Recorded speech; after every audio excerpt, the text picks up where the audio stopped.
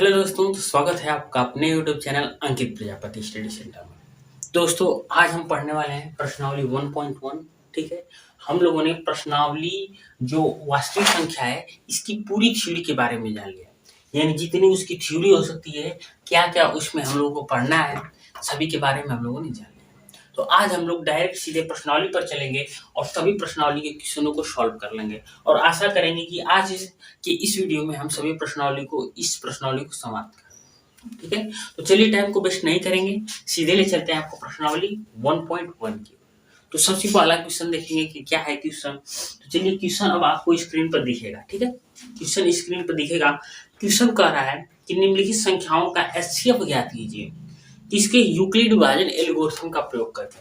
कहा है पहला क्वेश्चन कहा है कि यूक्लिड विभाजन एल्गोरिथम, यूक्लिड विभाजन एल्गोरिथम, यूक्लिड विभाजन एल्गोरिथम का प्रयोग करके क्या ज्ञात करना है, एचसीएफ ज्ञात करना है। क्वेश्चन दिख रहा है ना। अब चलिए, पहला इसमें कहा है कि 135 और 225। चलिए, सबसे पहले 135 और 225 का एचसीएफ ज्ञात करते हैं। ठीक है, ध्यान से देखेंगे क्या होगा। हमने आपको एकदम स्टेप बाय स्टेप बताया था कि कैसे ज्ञात करेंगे, तभी फिर भी मैं आपको बता दे रहा हूं। देखिए, इसमें स्टेप 1 में क्या करेंगे, 135 का भाग दे दीजिए 225 में। कितनी बार जाएगा, एक बार। यहाँ लिख दीजिए 135, घटाइए कितना बचा। देखिए, 5 मिले 5 गया 0, 12 मिले 3 गया 9, और ये 1 से कट गया, यानी यहाँ आपका शेषफल क्या शून्य आया। तो आप कहेंगे नहीं भाई साहब, हम लोगों का जो शेषफल है यहाँ शून्य नहीं है। तब देखिए, जब शेषफल शून्य नहीं आएगा तो आप क्या करेंगे, यहाँ पर लिख देंगे कि 225 इक्वल टू 135 गुणे 1 प्लस 90, जहां लिख देंगे r does not equal to 0। ठीक है, इतना जब आप लिख देंगे तब ध्यान दीजिए क्या करेंगे। अब फिर स्टेप 2 पर पहुंचिएगा। अब क्या करेंगे, जो 90 बचा है ना, इसी 90 का भाग दे देंगे 135। तब तक भाग देंगे जब तक कि शेषफल शून्य ना हो जाए। तो देखिए, एक बार में जाएगा 90, कितना बचा 5, और यहाँ कितना बचा 4, यानी 45 शेषफल हो जाएगा। फिर भी आपका शेषफल 0 नहीं आया, फिर आप यहाँ पर लिखेंगे 135 इक्वल टू 90 गुणे 1 प्लस 45, जहां r does not equal to 0। ठीक है, अब आएंगे आप यहाँ पर स्टेप नंबर 3 पर। स्टेप नंबर 3 में क्या करेंगे, इस 45 का भाग इस 90 में दे दीजिए, इस 45 का भाग इसमें 90 में दे दीजिए। तो 45 गुना 90 यानी 2 बार में जाएगा। ये 90 से 90 कट के शेषफल कितना आ जाएगा, शून्य। तो आप यहाँ लिखेंगे कि 90 इक्वल टू 45 गुणे 2 प्लस शेषफल कितना हो गया 0, जहां r इक्वल टू क्या हो गया, r इक्वल टू 0। शेषफल का मान 0 हो गया। तो अब बताइए, जब शेषफल का मान 0 हो गया तो आपका एचसीएफ क्या आएगा। मैंने बताया था कि जहां शेषफल का मान 0 हो जाए तो एचसीएफ वही होगा जो संख्या उसको काटी है। तो 45 से काटा है तो आपका आंसर हो जाएगा 45 एचसीएफ। ठीक है, तो आपका एचसीएफ कितना हो जाएगा, आपका एचसीएफ हो जाएगा 45। कुछ करना नहीं था, एकदम आसानी तरीके से स्टेप बाय स्टेप मैंने इन क्वेश्चनों को बताया है। तो जल्दी से जल्दी इस क्वेश्चन को नोट कीजिए, फिर हम आपको सेकंड नंबर दिखाएंगे कि सेकंड नंबर क्वेश्चन क्या है। ठीक है, तो जल्दी से जल्दी आप इस क्वेश्चन को नोट कीजिए। ठीक है, चलिए, अब तक आप इस क्वेश्चन को नोट कर चुके होंगे। अब ले चलते हैं आपको सेकंड नंबर क्वेश्चन पर, और सेकंड नंबर क्वेश्चन दिखाते हैं कि कैसे सॉल्व करें। ठीक है, इसको मिटा देते हैं।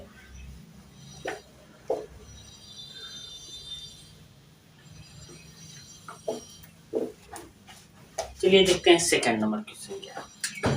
सेकंड नंबर क्वेश्चन आपसे कहा है कि 196 और 38220 बार में ले जाए। चलिए इसका निकालते हैं। सबसे पहले क्या ले जाएंगे, स्टेप 1 में 196 का भाग दीजिए 38220।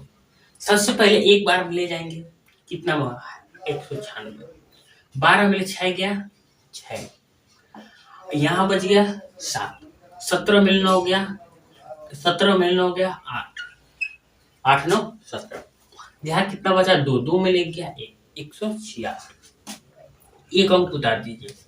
अब कितनी बार ले जा सकते हैं हम? अब बताइए अब कितनी बार ले जाएंगे? तो ध्यान से रखिएगा, ये 196 अगर 10 बार ले जाएंगे तो 196 पे एगो जीरो आ जाएगा, और यहाँ कितना है 1862 है, यानी 10 से को कम करके ले जाइए, यानी 9 बार में ले जाइए। तो 9 बार में ले जाइए तो 9 से 9 छक कितना होता है 54 को 4 हासिल कितना हो गया 5, 9 9 81 और 5 86 को 6 हाथ में लगा 8, 9 एकम्मा 9 9 8 कितना होगा 17, तो यहाँ हो जाएगा 17। देखिए 12 में 4 गया 8, 15 में 6 गया 9, और ये देखिए 7 में 7 कट गया, ये से 1 से 1 कट गया, अब बचिए कितना 0। अब कितने बार ले जाइए 5 बार ले जाके देखिए 5 बार, 5 6 का 30 को 0 हाथ में लगा 3, 9 5 45 3 48 को 8 हाथ में लगा 4, 5 6 5 5 4 कितना हो गया 9, यानी ये तो पूरा कट गया। जब भाई साहब ये पूरा कट गया तो आपका आंसर क्या होगा? आप लिखेंगे यहाँ 38220 इक्वल टू 196 इंटू 195 प्लस 0, जहाँ r इक्वल टू 0। जब भाई साहब मैंने बताया कि r इक्वल टू 0 हो जाए तब आपका एचसीएफ क्या होगा? आपका एचसीएफ वही होगी जो संख्या इस संख्या को काटी है, तो एचसीएफ कितना हो जाएगा 196, तो आंसर हो गया 196। ठीक है, इतना समझ में आया। अब चलिए देखते हैं क्या करें। इस क्वेश्चन को भी जल्दी से जल्दी नोट कीजिए। अब देखेंगे पहले का थर्ड नंबर क्वेश्चन को कैसे हम लोग सॉल्व करें। ठीक है, चलिए मिटा देते हैं इसे। अब ले चलते हैं आपको थर्ड नंबर क्वेश्चन। चलिए थर्ड नंबर क्वेश्चन देखिए। थर्ड नंबर क्वेश्चन कहा है 867 और 255, 867 और 255। चलिए तो 200 स्टेप नंबर 1 पहले लेंगे। 255 जो है इसका भाग दे दीजिए 867। कितनी बार ले जाएंगे? कितनी बार ले जाएंगे? देखिए 3 बार ले जाकर देखिए, 3 बार ले जाकर देखिए, 3 बार ले जाएंगे। देखिए तो 5 3 15 को 5 हाथ में लगाए, 5 3 15 16 को 6 हाथ में लगाए, और 3 दूना के 6 एक 80, कितना हो जाएगा 7, यानी 3 बार में आपका गया कितना 765। अब क्या कीजिए, अब आप 765 को उस संख्या से घटा दीजिए। तो यहाँ पर घटाएंगे तो कितना बचेगा? देखिए 2 बचेगा, 0 बचेगा, 1 बचेगा, यानी कितना बचेगा 102 बचेगा। आप यहाँ पर लिखेंगे कि 867 इक्वल टू 255 गुणे 3 प्लस 102, जहां r does not equal to 0। जब भाई साहब r यानी शेषफल 0 नहीं आया तो फिर आप अगले स्टेप पर पहुंचेंगे, यानी स्टेप नंबर 2। स्टेप नंबर 2 पे क्या करेंगे? आप इसी 102 का भाग दे देंगे इसमें 255 में। तो एक बार ले जाएंगे 102, नहीं 2 बार ले जाएंगे, 2 बार ले जाएंगे तो 200 कितना 4। देखिए ये बच गया 1, ये बच गया 5, ये कट गया, कितना बचा 51। फिर भी आपका r का मान 0 नहीं आया तो आप क्या यहाँ लिख देंगे कि 255 इक्वल टू 102 गुणे 2 प्लस 51, जहां r does not equal to 0। ठीक है, अब बताइए r does not equal to 0 हो गया, तो फिर अब बढ़ेंगे स्टेप नंबर 3 पर। स्टेप नंबर 3 में क्या करेंगे? आप इसी 51 का भाग अब 102 में देंगे, इसी 51 का भाग 102 में देंगे तो 2 बार जाएगा 102, ये कट के शेषफल कितना जाएगा 0। तब आप यहाँ पर लिखेंगे कि 102 इक्वल टू 51 गुणे 2 प्लस 0, जहाँ r इक्वल टू 0। मैंने बताया कि जब r इक्वल टू 0 आ जाए तो आपका आंसर क्या होगा? आपका एचसीएफ वही संख्या होगी जो संख्या उसको काटेगी। ये हो गया आपका 51 आंसर। मैं आपको इतना क्यों बता रहा हूँ? मैं आपको इतना इसलिए बता रहा हूँ कि अगर इस स्टेप से आप पेपर में करेंगे तो आपको पूरे में पूरे नंबर मिलने की संभावना है। लेकिन आप कहेंगे तो मैं इसका शॉर्ट अप्रोच भी बता दूंगा, आप एक ही लाइन में पूरी संख्याओं को हल कर सकते हैं, लेकिन हल करके सिर्फ आप आंसर ही पता कर सकते हैं, आंसर पता भी कर लेंगे। अगर उस तरह पेपर में करेंगे भी ना तो पूरे में पूरे नंबर नहीं मिलेंगे। इसलिए जिस तरह बताया जा रहा है उस तरह आप ध्यान से स्टेप बाय स्टेप उस क्वेश्चनों को सॉल्व कीजिए। चलिए बढ़ते हैं अब सेकंड नंबर क्वेश्चन पर और सेकंड नंबर क्वेश्चन को देखते हैं कैसे सॉल्व करें। ठीक है,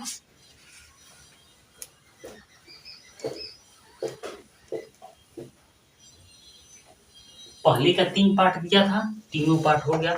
अब चलिए देखते हैं सेकंड नंबर क्वेश्चन।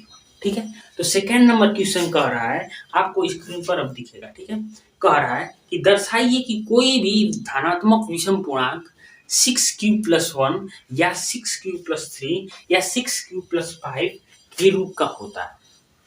कहा है कि दर्शाइए कि प्रत्येक धनात्मक विषम पूर्णांक कितना 6q+1, 6q+3 और 6q+5 के रूप का होता है। यही हमें क्या करना है, दर्शाना है। ध्यान से देखिएगा, यही क्या करना है, दर्शाना है। तो एक बात ध्यान दीजिए, क्वेश्चन आपको साइड में दिख रहा होगा, मैंने इतना लिख दिया सिर्फ क्वेश्चन को सॉल्व करने के लिए। ठीक है, अब चलिए क्वेश्चन को सॉल्व कैसे करेंगे, ध्यान से देखिएगा। सबसे पहला काम होगा आपका क्या करना, आप यहाँ पर करेंगे किसी एक को उठा लीजिए, इसमें से पहले को उठा लिए, तो हल करते समय आप यहाँ पर लिखेंगे कि 6q+1 की तुलना bq+r से। तो जब इससे आप तुलना करेंगे तो यहाँ से आपका जो b का मान निकलेगा वो कितने निकलेगा, तो b का मान यहाँ q के आगे 6 है, यहाँ b है, तो b का मान आपका 6 आ जाएगा। ये बात ध्यान रखिएगा, b इक्वल टू कितना आ गया, 6। आपने b का मान कितना निकाल लिया, 6। तो अब क्या करेंगे, अब आप लिखेंगे यूक्लिड विभाजन प्रमेयिका से। आप लिखेंगे यहाँ पर यूक्लिड विभाजन प्रमेयिका से। तो भाई साहब आपने लिखा यूक्लिड विभाजन प्रमेयिका से, तो मैंने बताया था कि जो a है वो बराबर होगा r के, और जो b है वो r से छोटा होगा। जो b है वो क्या होगा, जो b है वो r से छोटा होगा। चलिए ध्यान से देखिए, यानी आप यहाँ b का मान कितना है, 6, यानी जो r है वो b से छोटा यानी 6 से छोटा होना चाहिए।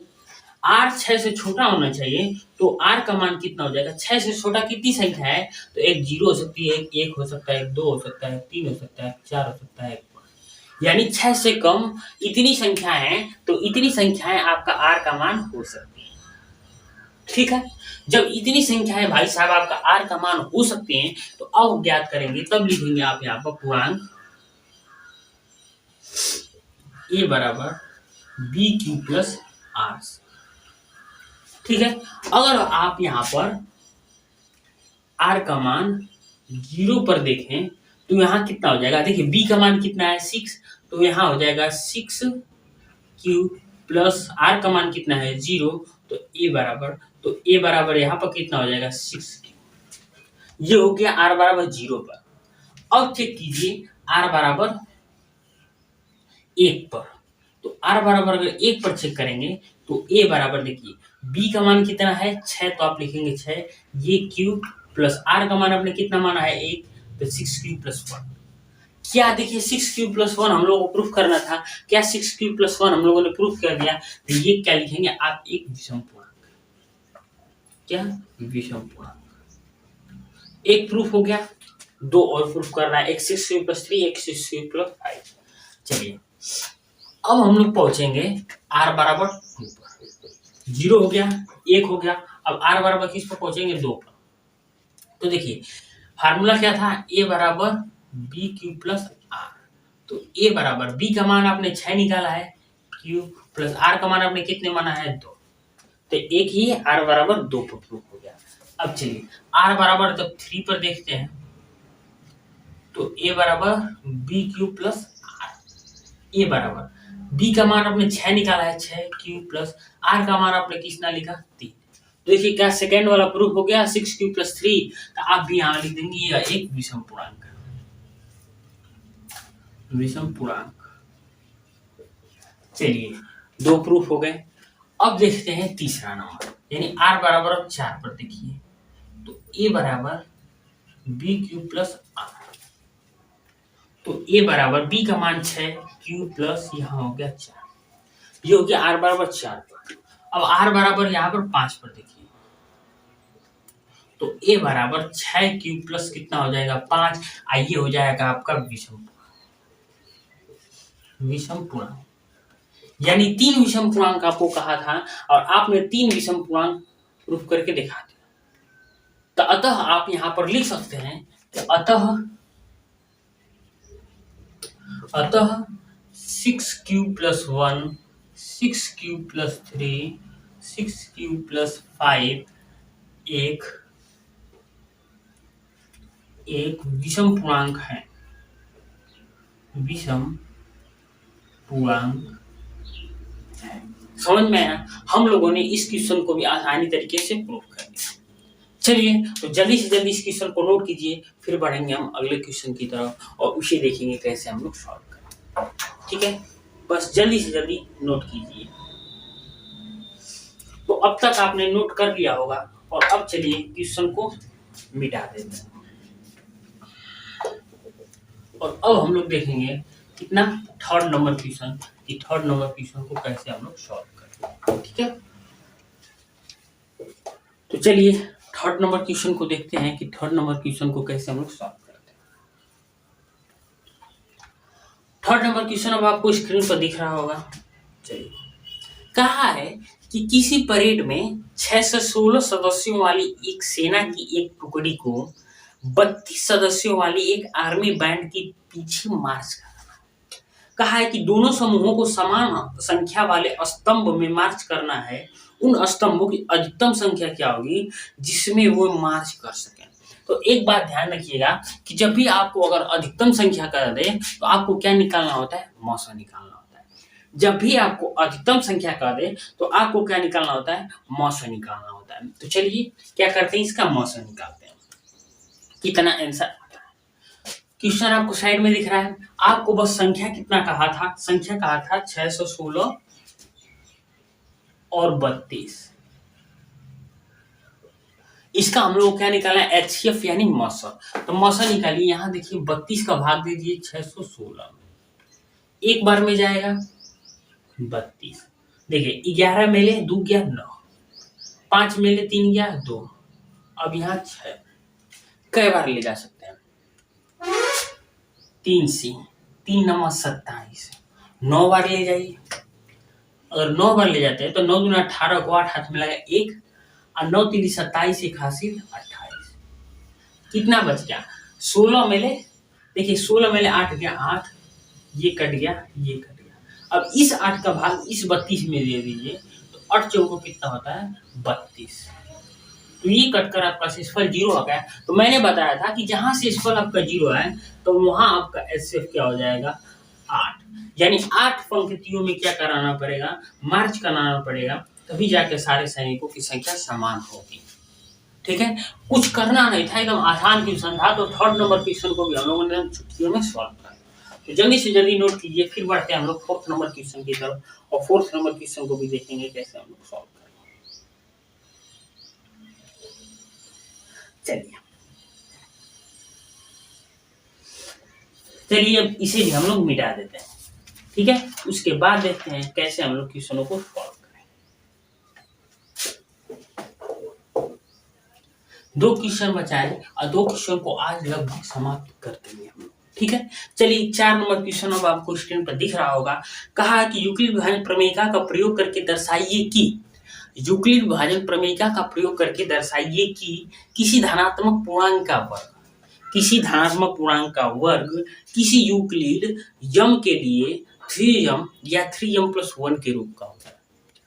कहा है कि एक बात ध्यान दीजिए, कहा है कि वर्ग किसी भी धनात्मक पूर्णांक का वर्ग, क्वेश्चन में आपको वर्ग दिख रहा होगा, किसी भी धनात्मक पूर्णांक का वर्ग जो कहा है वो 3m या 3m+1 के रूप का होता है, दर्शाना है कि दर्शाइए कि प्रत्येक धनात्मक पूर्णांक का वर्ग एक बात हमेशा ध्यान रखिएगा, इस क्वेश्चन में वर्ग कहा है, वर्ग 3m या 3m+1 के रूप का होता है।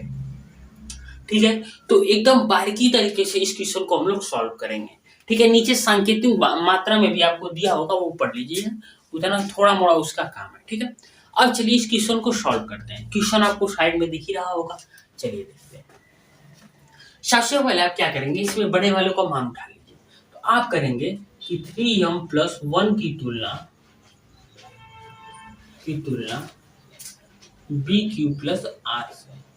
तो जब भाई साहब bq+r से करेंगे तो यहाँ b का मान आपका कितना आ जाएगा, देखिए b का मान कितना आ जाएगा, 3 आ जाएगा। तो b का मान जब भी आपका 3 आ जाए, अब क्या करना है आपको, सीधे यूक्लिड विभाजन प्रमेयिका का प्रयोग करना है। क्या, यूक्लिड विभाजन प्रमेयिका का, यूक्लिड विभाजन प्रमेयिका आपको क्या करना है, सीधे से यूक्लिड विभाजन प्रमेयिका का प्रयोग करना है। तो यूक्लिड विभाजन प्रमेयिका का प्रयोग करेंगे तो जो a का मान होता है वो r के से बड़ा, a का मान जो होता है वो r से छोटा या बराबर हो सकता है, लेकिन r का मान b से क्या होगा, छोटा होगा। तो यहाँ b का मान कितना है, 3, तो यानी r का मान निकालेंगे तो b से छोटा होगा, तो b का मान कितना है, 3, तो 3 से छोटा कितना हो सकता है, 0, 1 और 2, इतना ही हो सकता है। चलिए अब हम लोगों को क्या करना है, प्रूफ करना है कि सिर्फ 3m और 3m+1 के रूप का होता है किसी भी धनात्मक संख्या का वर्ग, धनात्मक पूर्णांक का वर्ग। एक बात हमेशा ध्यान रखिएगा, वर्ग का है तो आपको वर्ग को ध्यान में रखना होगा, 3m या 3m+1 के रूप का होता है। तो चलिए अब यहाँ पर आप लिखेंगे r बराबर 0 पर पूर्णांक a बराबर कितना होता है, bq+, b का मान आपने कितना निकाला, 3, ये q प्लस r का मान कितना आपने लिया, 0, ये 0, तो a बराबर कितना होगा, 3q। अब कहा कि धनात्मक पूर्णांक का वर्ग, तो आपको इस पूर्णांक का क्या करना पड़ेगा, वर्ग। तो आप निकालिए यहाँ दोनों पक्षों का वर्ग कर दीजिए, दोनों पक्षों का वर्ग। वर्ग कहेगा तो वर्ग करेंगे, घन कहेगा तो घन करेंगे। चलिए तो आपको क्या कीजिए, वहां वर्ग कर दीजिए, तो a² बराबर कितना आ जाएगा, 9q²। आपको कहा क्या है, 3m प्रूफ करना है। तो आप क्या कीजिए, इसमें से ना जो a बराबर दिया है 9q², इसमें से आप क्या कीजिए, यहाँ से आप 3 कॉमन ले लीजिए, कितना, 3, तो 3 कॉमन ले लेंगे तो ये हो जाएगा 3q²। और आपको नीचे जो सांकेतिक मात्रा में दिया था उसको पढ़िए, तो उसमें आप इसको क्या एक पूर्णांक मान सकते हैं, तो इसको पूर्णांक आप क्या एक यम मान सकते हैं, तो यहाँ हो जाएगा आपका 3, इस पूर्णांक को पूरे को आप यम मान सकते हैं, तो ये हो गया 3m। तो क्या आपने 3m प्रूफ कर दिया कि नहीं कर दिया, तो कहेंगे हाँ हमने 3m प्रूफ कर दिया। चलिए एक प्रूफ हो गया, a² बराबर 3m। अब सिर्फ एक प्रूफ करना है, 3m+1। तो आप r बराबर किस पर, 1 पर लेंगे, r बराबर 1 पर, a बराबर bq+r। तो a बराबर b का मान कितना माना है आपने, 3 लाया है, q प्लस r का मान कितना लिया है, 1, तो 1 हो जाएगा। चूंकि क्वेश्चन में वर्ग कहा था तो आपको दोनों पक्षों का वर्ग करना पड़ेगा, दोनों पक्षों का वर्ग। तो भाई साहब जब आप दोनों पक्षों का वर्ग करेंगे तो a बराबर यहाँ हो जाएगा 3q+1 का होल स्क्वायर। अब आपको a प्लस बी की होल स्क्वायर पर तोड़ना है, तो आपको फार्मूला पता ही होगा, a प्लस बी का होल स्क्वायर क्या होता है, क्या होता है, a² plus b² plus 2ab। इसी पर तोड़िए इसको, तो यहाँ a² तो पहले ही से था, देखिए 3q का स्क्वायर कितना होगा, 9q², 1 का स्क्वायर 1 प्लस 3 एकमा 3 और 3 दूना के कितना होगा, 6q। इतना आपका टूटेगा। चलिए इतना जब आप टूटेगा तो इसको आप एक लाइन में कर लीजिए, a² बराबर 9q² प्लस 6q प्लस 1। अब यहाँ से देखिए आप कॉमन क्या ले सकते हैं, तो यहाँ से ध्यान से देखिएगा, यहाँ से आप 3 कॉमन ले सकते हैं, तो यहाँ 3q² प्लस 3 दूना के 6, 2q आएगा कॉमन, i+1। अब मैंने बताया था कि ये सभी पूर्णांक हैं, इन पूर्णांकों के क्या आप यम मान सकते हैं, तो ध्यान से देखिए यहाँ 3m+1 आ जाएगा कि नहीं आ जाएगा, आ जाएगा। तो ये भी हम लोगों ने प्रूफ कर लिया। तो आप लिखेंगे कि अतः सभी धनात्मक सम संख्याओं का वर्ग 3m या 3m+1 के रूप का होता है। समझ में आया क्या? कुछ करना नहीं था, सिर्फ पिछले वाले इक्वेशन की तरह था, लेकिन इस संख्या में वर्ग कर दिया था, तो आपको वर्ग करना पड़ेगा। ठीक है, तो जल्दी से जल्दी नोट कीजिए, फिर बढ़ेंगे हम लास्ट क्वेश्चन की तरफ। आज इस प्रश्नावली को हम लोग समाप्त कर देंगे। ठीक है, जल्दी से जल्दी नोट कीजिए। चलिए जल्दी से जल्दी नोट कीजिए। तो अब आपका नोट हो गया होगा, अब मैं इसको मिटा देता हूँ।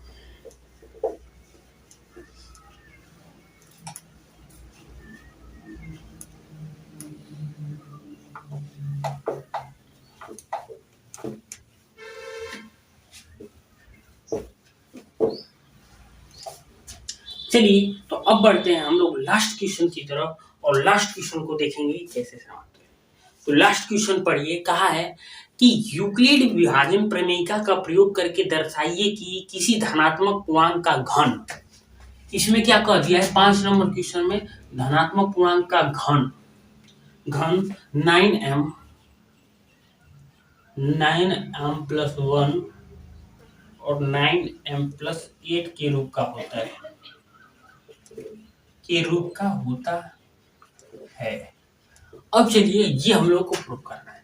पहले में तो वर्ग कहा था, चौथे में, और 5वें वाले में क्या कर दिया, घन, यानी अब सबका हम लोगों को घन करना पड़ेगा। ठीक है, तो सबसे पहला काम क्या करेंगे, किसी एक को उठा लीजिए, उसका तुलना कर दिए। आप लिखेंगे यहाँ 9m+1 की तुलना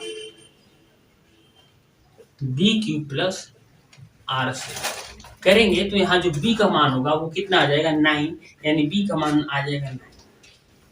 अब b का मान 9 आ गया, तो अब क्या करेंगे, तो अब यूक्लिड विभाजन प्रमेयिका का प्रयोग करेंगे। ठीक है, अब क्या करेंगे, यूक्लिड विभाजन प्रमेयिका का प्रयोग कीजिए। तो यूक्लिड विभाजन प्रमेयिका का प्रयोग करेंगे तो ध्यान से देखिए क्या होगा। जो a होता है उसका मान छोटा या बराबर हो सकता है r के, लेकिन जो r का मान हो सकता है वो b से छोटा हो सकता है। तो जो r है, r का मान यहाँ से क्या निकलेगा, तो 9 से छोटा क्या हो सकता है, तो 9 से छोटा आपका हो सकता है 0, 1, 2, 3, 4, 5, 6, 7, 8। अगर आप इतना नहीं लेना चाहते हैं तो 9 किसका वर्ग है, तो 9 3 का वर्ग है ना, तो आप यहाँ 3 भी ले सकते हैं, आप यहाँ 3 तक भी ले सकते हैं। ठीक है, आपको उतना लेने की जरूरत ही नहीं है, आप 3 तक भी ले सकते हैं। ठीक है, तो चलिए 3 तक भी लेते हैं, तो उतना तक ही हम लोगों का मान आ जाएगा। तो आप क्या कीजिए, यहाँ पर r बराबर 0 पर चेक कीजिए। पूर्णांक a बराबर कितना होता है, b³ + r। ए का मान, b का मान आपने कितना निकाला है, b का मान आपने कितना निकाला है, 9। तो b का मान आपने 9 निकाला है, तो मैंने कहा कि यहाँ b का मान आप 3 भी ले सकते हैं, क्योंकि 3 जो होता है वो 9 को काट देता है। जो 3 होता है वो क्या होता है, 9 को काट देता है। तो आपको b का मान कितना लेना है, 3 भी लेना है। ठीक है, क्योंकि मैंने यहाँ तो 3 ही तक माना था, तो आप यहाँ b का मान 3 ले सकते हैं। क्यों ले सकते हैं, क्योंकि जो 3 होता है वो 9 को काट देता है, तो आप 3 भी ले सकते हैं। तो 3 ले लेंगे तो जल्दी से हम लोगों का मान आ जाएगा। नहीं तो 1 से 8 तक लेकर गिनते रहें तो मान लाने में बहुत तकलीफ हो। ठीक है, चलिए तो यहाँ b का मान हमने क्या माना, 3 माना, तो 3³ प्लस r का मान हमने क्या माना, 0, तो हो जाए 0। तो a बराबर कितना गया, 3³ अब कहा था कि पूर्णांक का क्या करना है, घन करना है। तो आप दोनों पक्षों का क्या करेंगे, घन, दोनों पक्षों का घन। भाई साहब जब दोनों पक्षों का घन करेंगे तो 1³ यहाँ आ जाएगा, और 3 का क्यूब कितना होता है, 27, क्यूब। अब यहाँ क्या कीजिए, अब इसमें से क्या कीजिए, जो दिया है आपका a³ बराबर 27 क्यूब। तो इसमें से आप क्या कीजिए ना, 9 कॉमन ले लीजिए। तो 9 कॉमन ले लेंगे तो यहाँ 3³ / 3 आएगा। ठीक है, a³ बराबर, तो ये देखिए 3q पर घात q, ये आपका एक पूर्णांक है तो इसे आप यम मान सकते हैं। तो यहाँ a पर घात q बराबर 9 यम हो जाएगा। और यही आपका एक प्रूफ करना था, तो एक संख्या आपने प्रूफ कर दी। चलिए अब हम लोग सेकेंड संख्या को प्रूफ करेंगे। तो अब यहाँ पर आप r बराबर कितना ले लेंगे, 1 पर। जब r बराबर 1 लेंगे तब बताइए पूर्णांक क्या होता है, a बराबर bq प्लस r होता है ना। तो यहाँ हो जाएगा a, b का मान कितना माना है आपने 3q प्लस r का मान कितना आपने 1 माना है, तो 1। अब दोनों पक्षों का क्या कर दीजिए, घन कर दीजिए। घन करने पर तो घन का क्यों पता है ना, यहाँ हो जाएगा a बराबर 3q प्लस 1, यहाँ भी क्यूब यहाँ भी क्यूब। तो आपको a प्लस बी का होल क्यूब का फार्मूला पता होना चाहिए, a cube plus B cube plus 3ab question में a प्लस बी, ये होता है आपका फार्मूला। इसी फार्मूले पर तोड़ते हैं अब ये। तो यहाँ हो जाएगा a क्यूब बराबर 3q का होल क्यूब प्लस 1 का होल क्यूब प्लस 3 गुणे 3q गुणे 1 क्वेश्चन में 3q प्लस 1। इस पर तोड़ना है, ध्यान से तोड़िएगा। 9 3 27 q पर घात 3 प्लस 1 प्लस देखिए 3 एकम 3 और 3 तिली के 9 और 9 तिली कितना हो जाएगा 27 q स्क्वायर प्लस 3 तिली के 9 और 9 एकम 9 q, इतना हो जाएगा।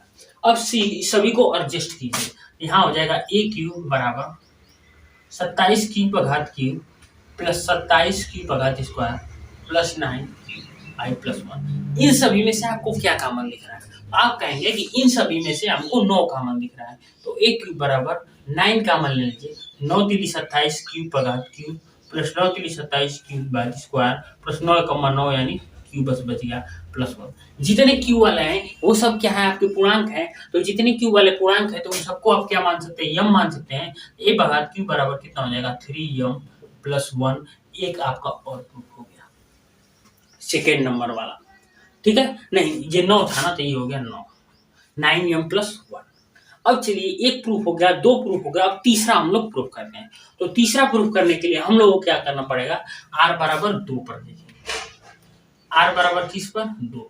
तो भाई साहब r बराबर 2 पर देखेंगे तो ध्यान से देखिएगा। a बराबर कितना होता है b क्यू प्लस, तो a बराबर b का मान 3 q प्लस r का मान, दोनों पक्षों का घन कर दीजिए।